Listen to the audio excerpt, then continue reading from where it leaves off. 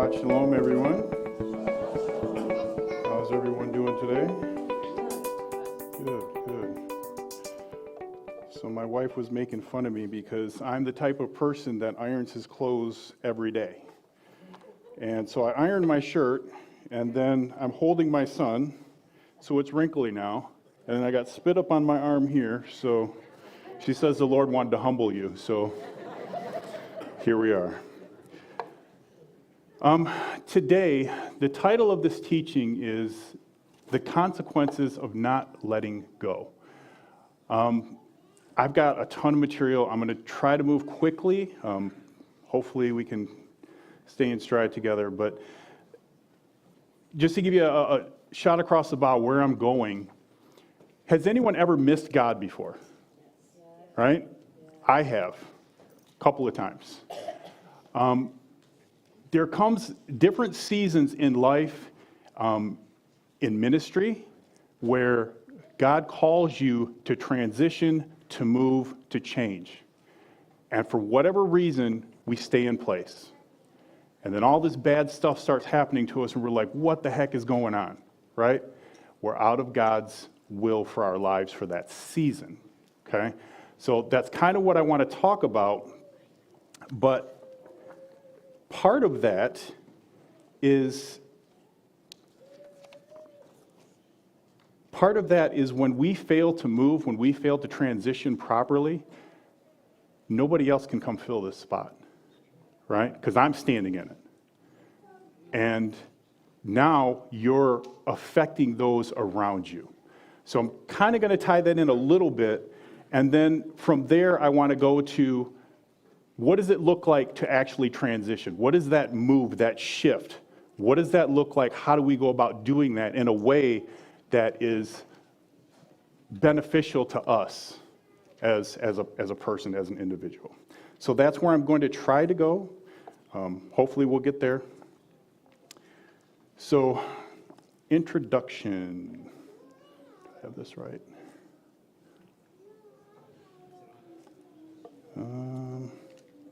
It is not.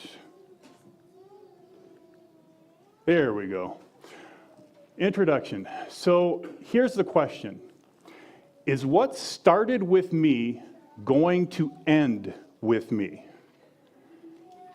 Is that thing that God called me to do yesterday, that I'm doing now, that started with me, is it going to end with me?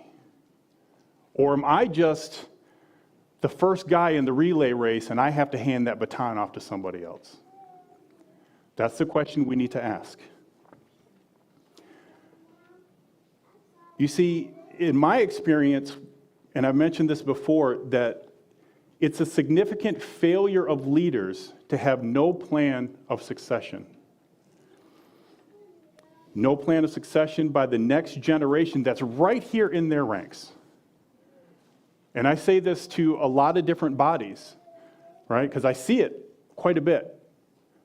We've had the privilege of kind of going around to different before Torah churches, and then now that we're in Torah, to other Torah communities.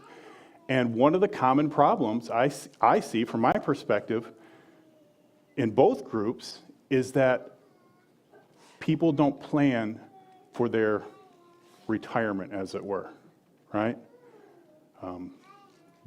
You have the head guy, he stays in place forever and a day, maybe too long, and nobody else gets to come behind him. So what happens to people who have that calling on their life?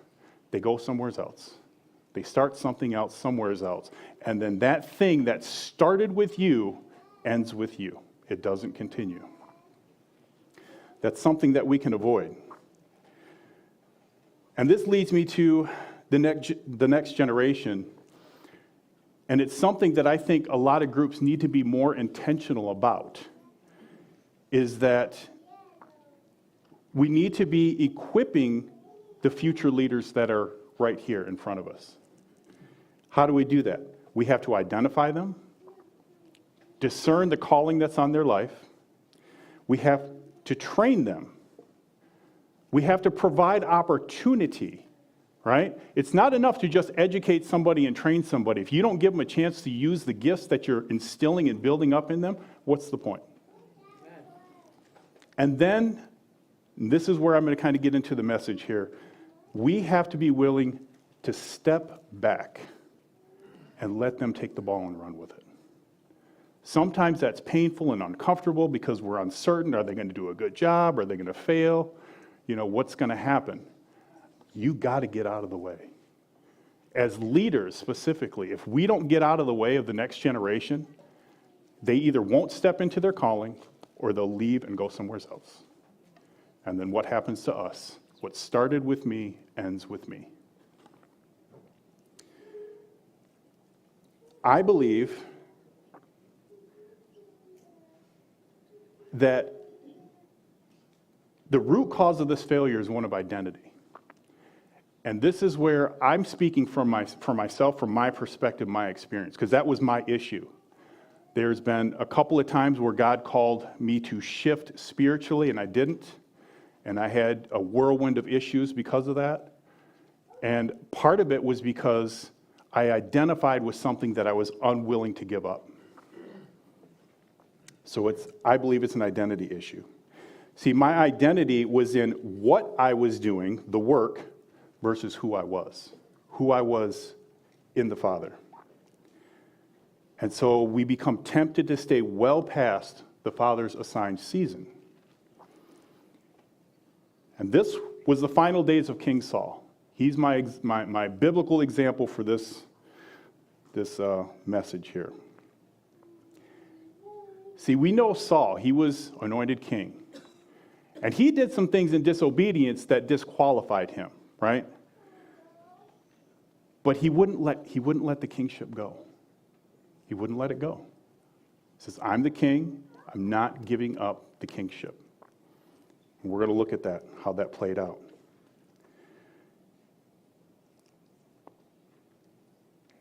See, when we try to satisfy our pride, our ego, and avoid pain, the pain of shifting into a new season, we hurt those around us. Not to mention how we hurt ourselves. And so we have to prepare our hearts to accept these new seasons of life. And that's what we're going to talk about, how God does that and how that plays out in a very real way. So that is my introduction. Now, I'm kind of a nerd, if you get to know me. And one of my hobbies, at least it used to be, not so much anymore because it's too expensive, was rocketry. I had achieved a level 1 certification with the National Association of Rocketry. So these are like not the little model rockets, like the big stuff, right? And anyway, there's a term I gleaned from that, and it's called apogee. Some of you may have heard this before. But when a rocket launches, right, it goes up and it hits its very peak where it stops accelerating forward. And it's not climbing anymore, and then it starts to come down. That highest point is called apogee. And this is kind of, if you look at the scriptures, this describes Saul very much. There's a quote by Robert Tippett, and he said, Saul had risen to power through strength, right? Came to his peak. But he became bent with the madness of self-importance, forgetting Yahweh was the true power of Israel. So he fell back to earth as a defeated human being. That describes the arc, the apogee of Saul's life. What happened? Let's take a look at some different things here. So, refusal to relinquish what was lost. Now, we're going to pull from 1 Samuel. I'm just going to kind of give you the cliff notes here. But it manifested when Saul refused to let go of the kingship, right? He's still holding on. He's already disqualified himself, right? But he's holding on. He won't let go. Well, that manifested in patterns of ungodly, fleshly behavior. Let's look at 1 Samuel 15. And I'm just going to read verse 11. We'll go to 10. Then the word of Adonai came to Samuel, I regret setting Saul up as king because he has turned back from following me and hasn't obeyed my orders. God regretted that he set him up as king. Right? Because Saul's life manifested in patterns of ungodly behavior. His refusal to let go hindered the giftings and ministries of others. God told Samuel after all this, he said, I need you to go and anoint another king.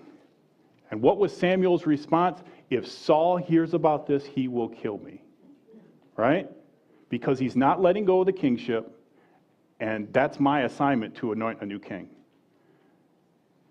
So it hinders the gifts of others.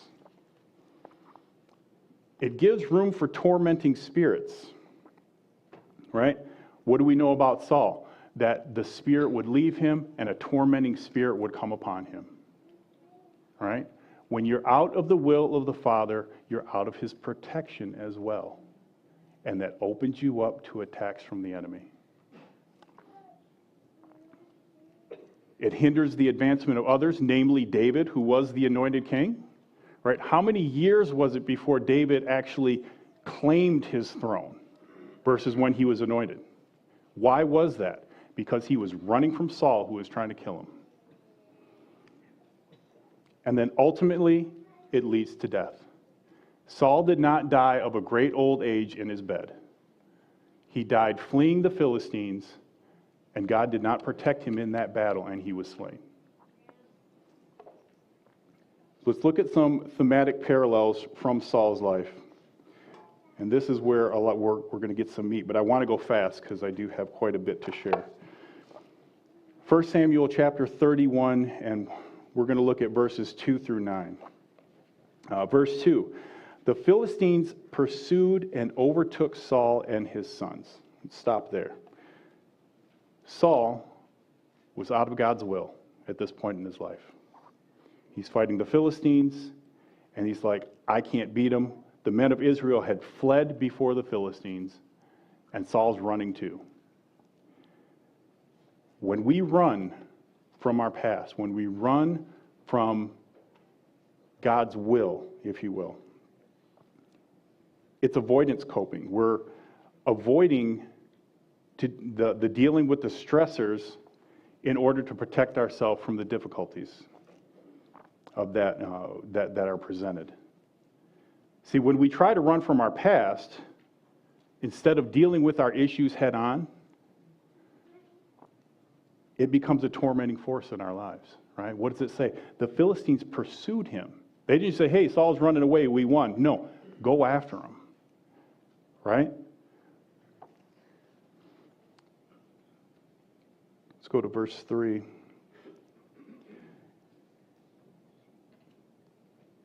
It says, and I got to find it, verse 3. The fighting went hard against Saul, and then the archers, plural, overtook and wounded him so that he was in agony. You know, if you look at a parallel, the archers, right, they represent the fiery words of discouragement. And I say fiery because the darts of the enemy, right, they're like fiery arrows launched at us.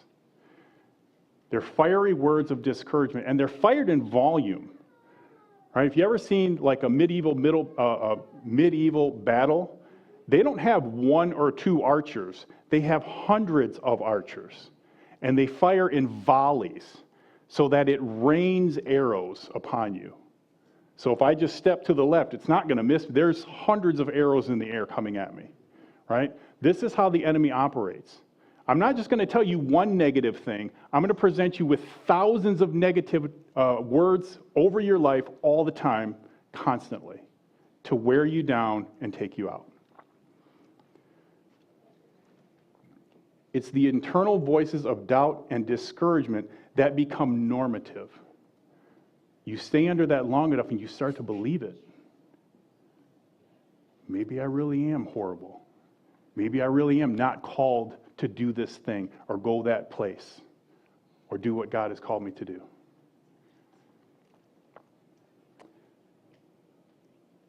Verse 31:6.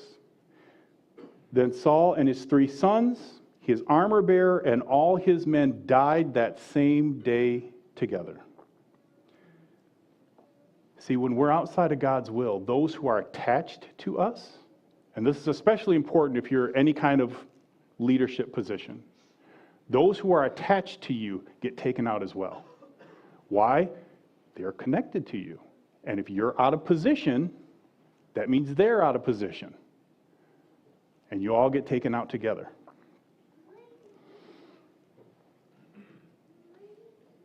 Your influence as a leader will directly impact those around you. How often do we see it? There's a church, a ministry, it's vibrant, it's doing well, and the head guy dies. Something happens to him, he leaves, whatever. What happens? Close the doors. They shut it down. Because they didn't, there was no grooming of the next generation to come in and fill that gap. Right? And so the whole kit and caboodle gets taken out. Verse 7. When the men of Israel who were on the other side of the valley and those who were on the far side of the Jordan saw that the men of Israel had fled and that Saul and his sons were dead, they abandoned the cities and fled.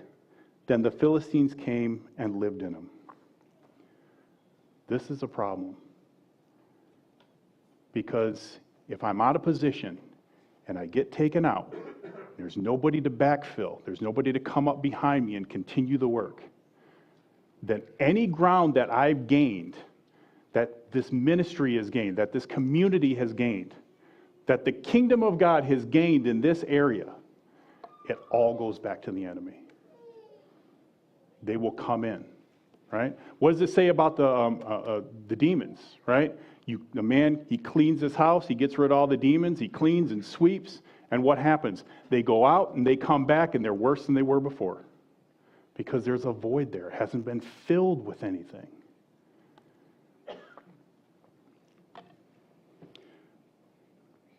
Failure to move with the Father's will creates a spiritual vacuum. And a spiritual vacuum is an invitation for other voices and other spirits to come in. And then verse 9, they cut off his head, stripped off his armor, and sent these all over the territory of the Philistines to carry the news to the temples of their idols and to the people. Removal of authority and protection, it leads to a type of spiritual fatherlessness, right? There's no head, there's no father anymore. The head has been cut off. That manifests in emotional pain, depression, spiritual bondage, and lack of direction. So it's very important that the head, as it were, remain righteous, remain in step with God's will, and that they look to the future and say, when my time is done in this role, in this season, that there's sufficient to come behind me and continue the work. So none of these horrible things happen.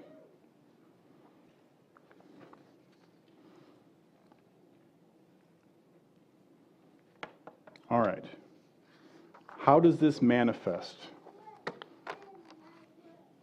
My personal experience, when God shifted us out of, I don't want to say full-time because it was never really full-time, but having our own body, as it were. God called us out, said that season's done. I didn't want it to be done. I didn't like that it was going to be done, that God was calling us to something different. It was uncomfortable because prior to that point, from, as far back as I can remember, and those of you who know some of my testimony, I've always wanted to do what I'm doing now. And I felt that that was a strong call on my life. This is what I'm built for. This is what I seem to be somewhat proficient at, right? And this is what I want to do. I enjoy it. And so when God transitioned, it was a tough season for me.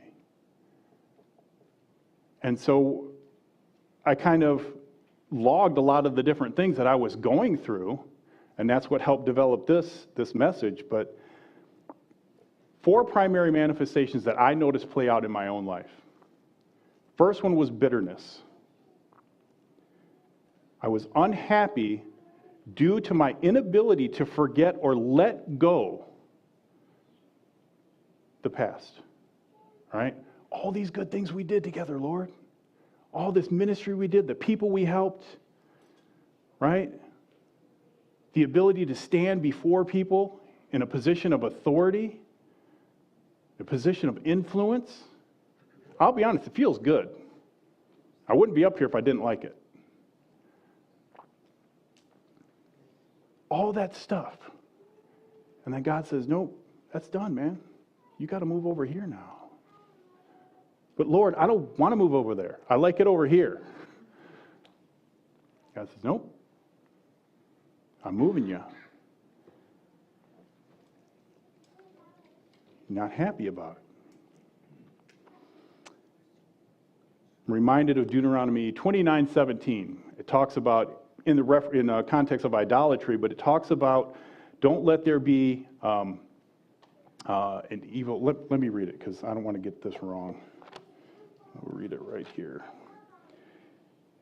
It says, let there not be among you a root bearing a bitter poison and wormwood. Right? What is wormwood? It's literally means a root bearing a head. Right? It's a root. It has a foundation in you. And it bears a head, which represents authority.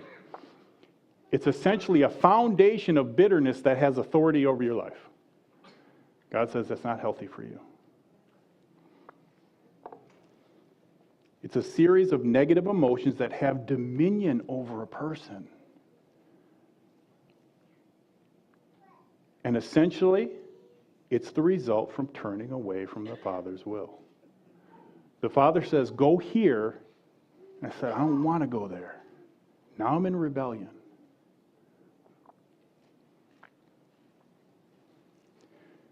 Another manifestation was depression. It's loss of pleasure and interest in activities. It's hopelessness, low energy. It manifests physically, poor concentration, and feelings of failure. And why is this depressing? It's incongruence, right? Because I know I'm built for something different than what I'm experiencing. I know I was made for more. I know God expects more from me, and I'm not living up to that standard. But it's because I'm holding on to yesterday. I'm not letting go of what was in favor of what is. Anger. This goes back to the first one. Bitterness is kind of tied. But it's displeasure, hostility, outward manifestations of fear or sadness. Right? What's the root of anger? A lot of times it's fear or sadness. I'm sad and hurt about something, so I'm going to lash out at others. Or I'm afraid of something, so I'm going to put up a front so nothing can come near me.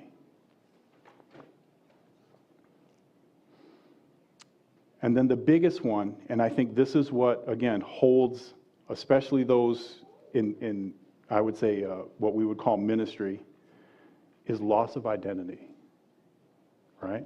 I identify as a minister. I identify as a preacher, teacher, whatever you want to call it. And I don't want to give that up. Even though the Father himself is calling me to something different. And even though I believe in my heart of hearts that he has my best interests in mind, that he wants the best for me, but I won't let this go because my identity is tied to that and not him.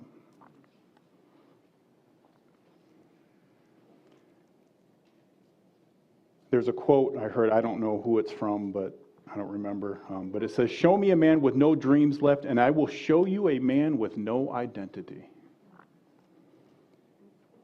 See, if you have no identity, what you're telling me is that you have no father.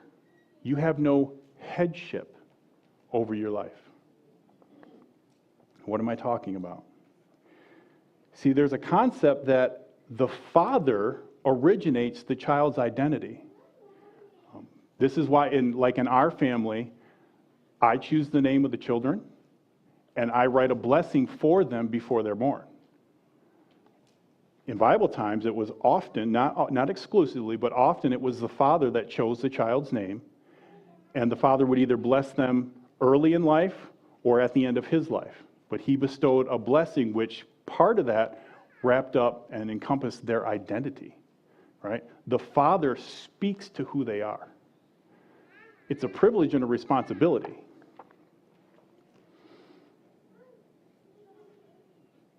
But when you have no headship over your life, you're driven to and fro by every external input, right? You get blown around, right? Wind comes this way and this way, and another teaching here and another voice over there, and you're just bouncing all over the place because you don't have a sense of yourself. You don't know who you are. And if you don't know who you are, it's because you're out of step with the Father. When you're in step with Him, He will tell you who you are, what you're supposed to be doing, and where He wants you to go.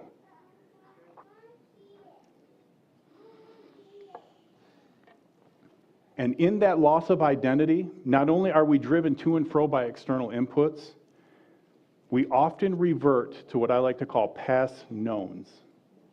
Right? What am I talking about? The things that the Father pulled us out of, the garbage that we wallowed in, that He rescued us from. Oh, Father, I see you now. Right? My heart's with you now. Now I'm going to follow you over here. But all of a sudden, I lose sight of the Father.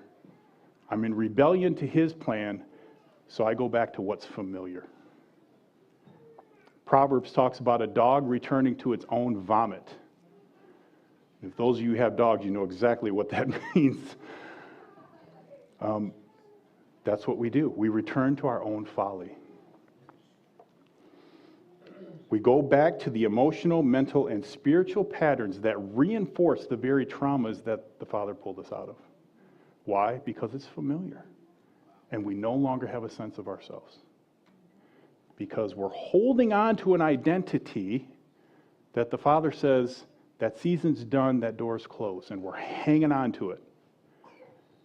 And we're trying to hold on to an identity so much, we actually lose our identity in the Father.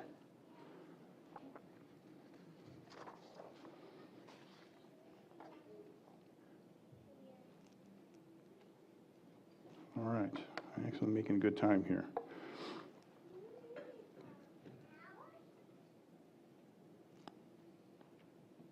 So letting it go.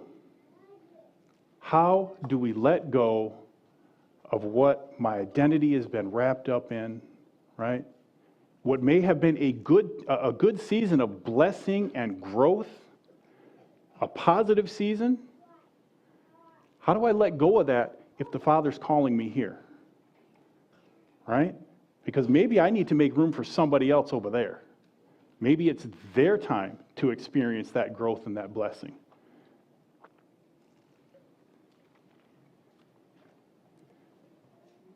So how do we let go? We let go by entering the wilderness. The wilderness is not a fun place. Personal experience.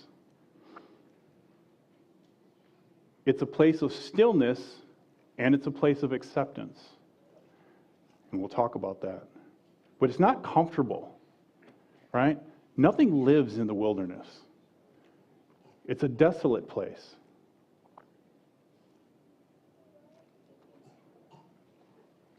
Stillness. It is characteristic of the Father to lead His people into the wilderness. We see this over and over and over in Scripture, right? God takes His people, He brings them to the wilderness for a season. The wilderness is a time where we are afforded rest, recalibration, and restoration to our God. See, it's rest because I'm not doing that thing that I was doing. It's done. I literally have nothing to do. I'm in the wilderness. I'm recalibrating because now I need to reconnect to the Father. Because I've gotten outside of His will, or maybe not even outside of His will. Maybe it's just a time of transition, right? I know I've kind of wrapped this up in a little bit of a negative context. Sometimes you're doing everything right, and the Father says, go over here. So He'll put you in the wilderness to get you from here to here, and you've done nothing wrong. So don't look at it as punishment. It's a transitional season. And during that time, we recalibrate and we restore our relationship with the Father. How do we enter the wilderness? This gets interesting. There's two main ways that God gets His people into the wilderness. One, He'll kind of take His hands off, and He'll let our problems get so bad that we'll actually run away from our problems. I am not dealing with that anymore. Right? So I'm running away from it. And all of a sudden, I find myself in the wilderness. Sometimes, my case, stayed too long. And He says, you know what? I'm going to orchestrate circumstances to kick you out into the wilderness, because obviously you're not moving. And so you need some help. The Father may utilize either method to reconnect with us, to bring us to a place of stillness before Him. See, the wilderness is void of distraction. And what I learned, it's also void from apparent assistance from human intervention. When you're in the wilderness, sermons don't help, charismatic speakers don't help, motivational coaches don't help, right? It doesn't help. It's not that any of that stuff is bad, it doesn't help. I'm in the wilderness, and I can tell, and nothing is helping. God's trying to get your attention. Don't depend on those things. Don't look to those things. I've got you in this place of isolation so you can focus on me.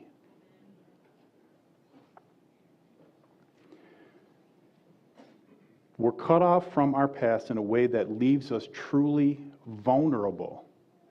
And when you're vulnerable, you're ripe for reconnection. And that's what God wants. That's what the Father wants. Two examples of this, and we'll run through this really quickly. Hagar and Moses, right? Both Hagar and Moses initially fled their circumstances, right? Hagar was being mistreated. She says, I'm out. She runs. Moses says, whoops, I killed an Egyptian. I think I better leave. Right? Driven out. Both go into the wilderness. In their wilderness experience, they both understood God by new names, right?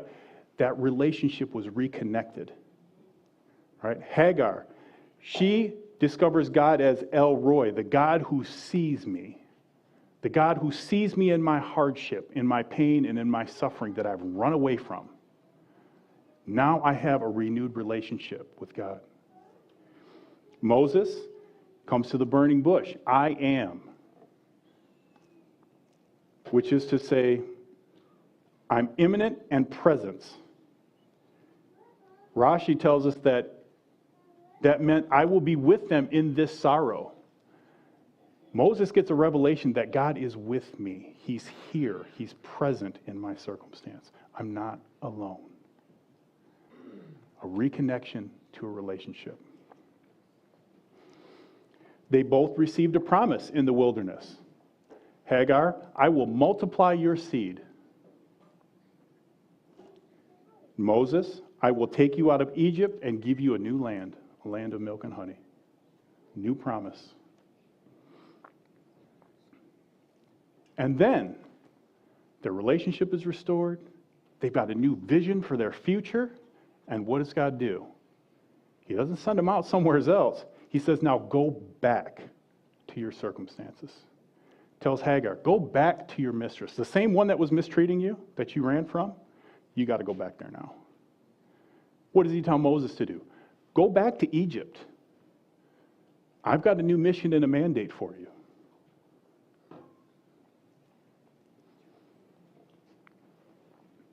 You're told to return to adverse situations to face them head on. This is what we have to do as leaders. When God calls us to transition to something different, we have to be willing to let go of this identity, reconnect with the Father, and then go back and face the reality that, hey, maybe I'm not going to be this anymore. My time is going to look different because I'm making room for the next.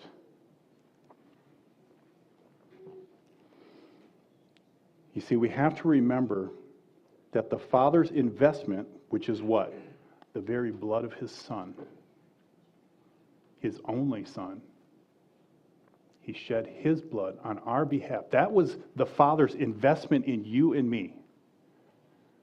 We have to live in a way, as best as we are humanly able, to give the Father a good return on his investment. The Father's investment in you is too great and your calling is too significant for you to remain in the wilderness. We can't stay there. We're not meant to stay there. But how long we spend there is up to us.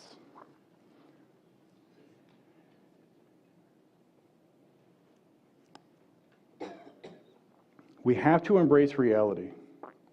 We have to embrace the reality of the loss and its effects. I'm not doing this thing anymore. God's calling me over here. What does that look like? It might be uncomfortable. It might be different. I have to embrace that reality. We don't dismiss yesterday. For those who have been affected by trauma in their life, right? We tell people, don't just say it never happened.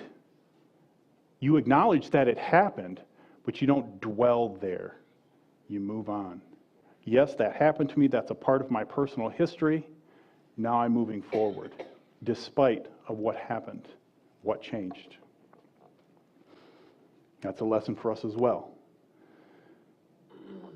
We also have to take personal responsibility. Is God moving me because I missed the mark? In Saul's case, he missed the mark.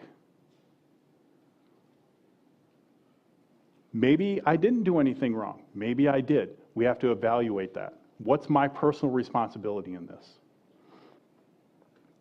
And then we have to assess the loss. This was a question I had to ask myself. Where's my heart? Is my heart in what I do, or is my heart in who I am? Who the Father made me to be.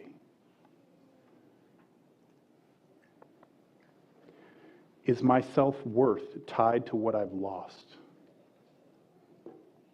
Or is it tied to where I'm going? What do I believe about myself? These fiery words we talk about. What do I really believe about who I am? God says I'm the head, not the tail. Right? He says I'm his son, I'm his daughter. I'm his child. He says he has the best for me. Do I really believe it? I have to be honest. Do I really believe that? Or do I believe the negative thoughts that the enemy's throwing at us?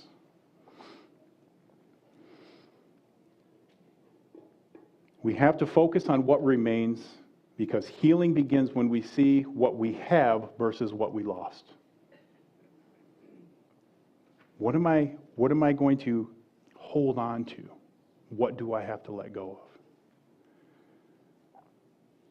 We have to remember to who we belong. El Roy, the God who sees us. I am, the God who is present in our circumstances. The point of the wilderness is to prevent you from destroying your life and the life of those around you, aka Saul. To turn your head and your heart back to your first love, back to the Father. To rekindle and renew his vision for you, and then to restore you to the world to which you were called. I'm going to take you to this wilderness season. We're going to reconnect. I'm going to give you a new vision for your life, and then I'm going to send you back.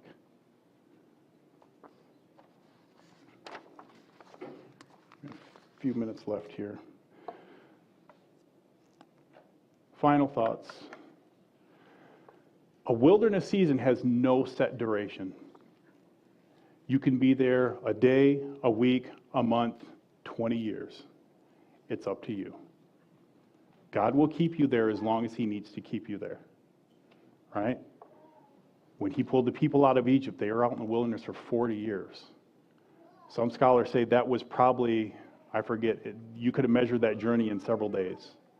Right? They were out there 40 years. And what happened? They died there. See, we're not infinite, at least in our flesh, we're not infinite beings, right? We have an expiration date. And so if I stay in the wilderness too long, I might not come out of the wilderness this side of glory. The Father will isolate us as long as he deems necessary. It's our role to submit to his process. When you're in a wilderness season, it's going to look strange to those looking from the outside. I remember when we transitioned, our ministry transitioned, I got so many people saying, well, you're not speaking anymore, you're not hosting anymore, you're not having your meetings anymore. What's going on? Like, did you fall into sin, or what's the deal? There's all these questions. And people are well-meaning, but they don't get it because they know you in that context. This is a different context. This looks strange to me. What are you doing?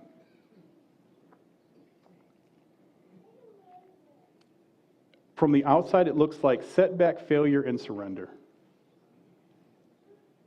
This is what Job's friend said to him. Man, you really messed up, dude. But God said Job was the most righteous man on the face of the earth. It's all about perspective. We have to be conscious of what Hashem is doing to make every effort to draw close to him when we're in this wilderness season. The story of the prodigal son. And again, we know the prodigal son, he left, right? He was in rebellion. He didn't leave because the father shifted him. He left because he wanted to leave. He was outside the father's will. Okay. He's in the wilderness, if you will, right? God gets a hold of him. He says, I think I'm going to have to go back. Go back to my father.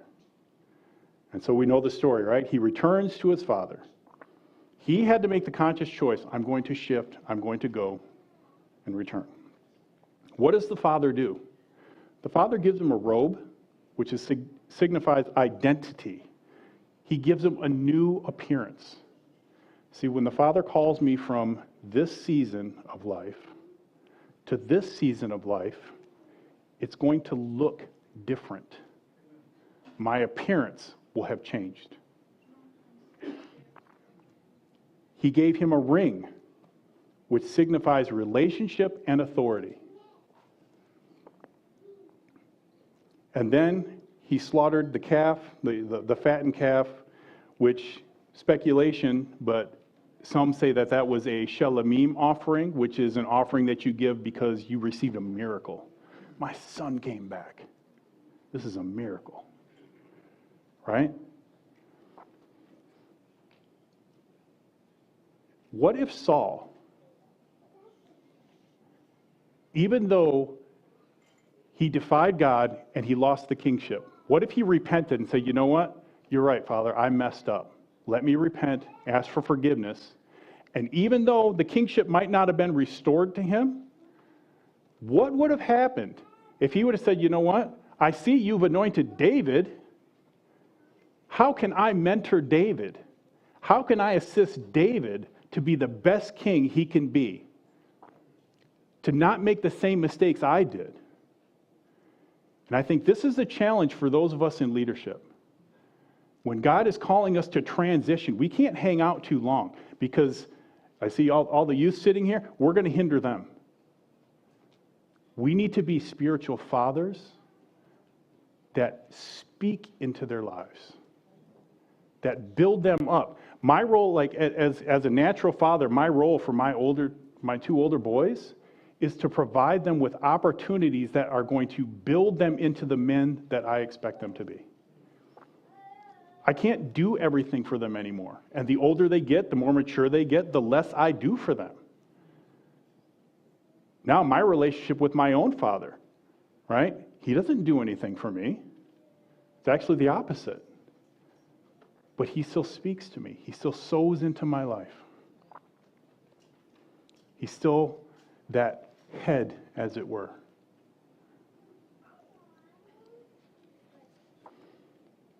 It's the Father's will that we don't stagnate in our past, but we move forward, season to season, as we pursue His will for our lives.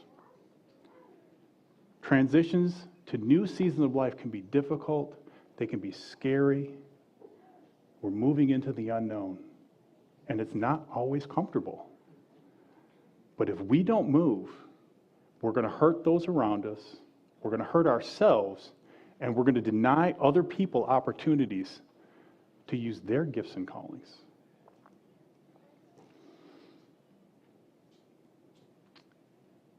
Our dreams and aspirations, sometimes it might feel like they're being taken from us. Yet how we respond, that will determine our future. If I'm going to stay and die in the wilderness, or if I'm going to move forward to a new land with a new identity and a new mission. So for those of you, I'll wrap up here, for those of you who are feeling like I'm in a wilderness season of life, consider that maybe the Father is transitioning you to something different. Reconnect with Him. What's my future going to look like, Lord? What do you have for me now? What are you calling me to? So I hope that was beneficial. I hope you got something out of that. And that is all I have for today. Oh, I'm sorry. Sorry. One more thing. Just a quick reminder. Jeremiah 29:11. For I know the plans I have in mind for you, says Adonai, plans for well-being, not for bad things, so that you can have a hope and a future. Okay? If God's got you in the wilderness, take the time, reconnect with Him, ask Him, what is the new mission? Because once you reconnect with Him, He's going to send you back out. It might not look like what you were doing. It might be something different. But keep in mind also, when we stay in step with Him, we might be making room for somebody else. Now I'm done.